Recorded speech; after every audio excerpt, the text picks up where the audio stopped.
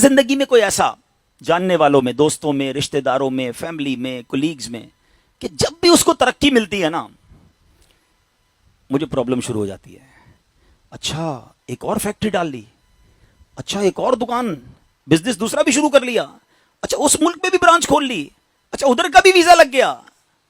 جب بھی اس کو ترقی ملتی ہے، اچھا چیئرمین بن گیا، کراچی کلب میں بھی بڑا عہدہ مل گیا، اچھا کراچی کلب کا پاس ہوتے ہوتے اس نے فلاں کلب کا بھی پاس لے لیا. ارے اتنا پیسہ کدھر سے آیا؟ سنتا ہوں اور درد ہوتا ہے. تو پھر there is something wrong in my heart. This is the first test.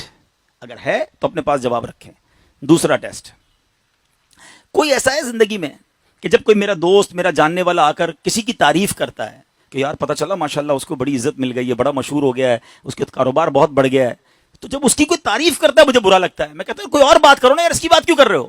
I want to change the topic. Whenever anybody talk about him with the good words, I want to change the topic. نہیں یار اس کی بات نہیں کرو، کچھ اور کرو. کیوں نہیں سننا چاہتے اس کی تعریف؟ There is something wrong. Now the third test. ہے کوئی ایسا کہ جب کسی کا نقصان ہو جائے، بربادی ہو جائے، کوئی سکینڈل اس کا نکل آئے، کسی کی بچی، کسی کا بیٹا، کسی کی فیملی کا کوئی معاذ اللہ کوئی غلطی بیچارے سے ہو جائے اور بات باہر نکل آئے اور آپ کو آ کر کوئی بتائے یار پتہ چلا اس کی بچی نے یہ کیا، اس کے بیٹے نے یہ کیا، یار اس کی گاڑی کا ایکسیڈنٹ ہو گیا، اس کی فیکٹری میں آگ لگ گئی، او ہو بہت افسوس ہوا. اچھا کہہ رہے ہیں افسوس ہوا اور دل میں لڈو پھوٹ رہے ہیں، میں تو چاہتا ہی تھا برباد ہو جائے. اگر ایسا ہے تو پھر حسد کس چیز کا نام ہے؟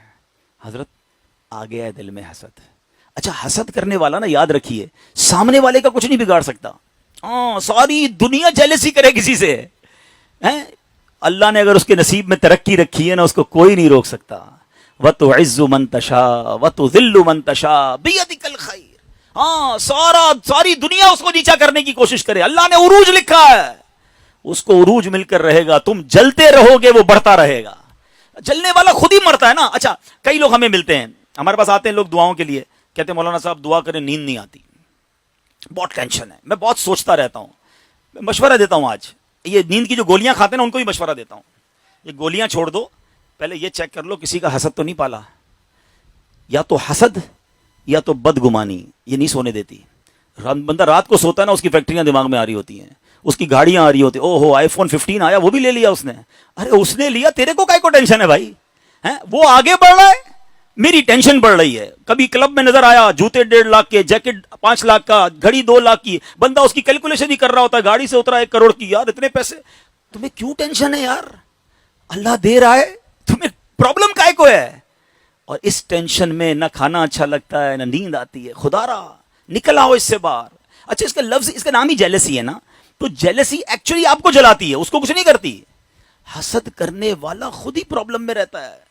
تو اگر اللہ نے نصیب میں لکھا ہے عزت مل کر رہے گی.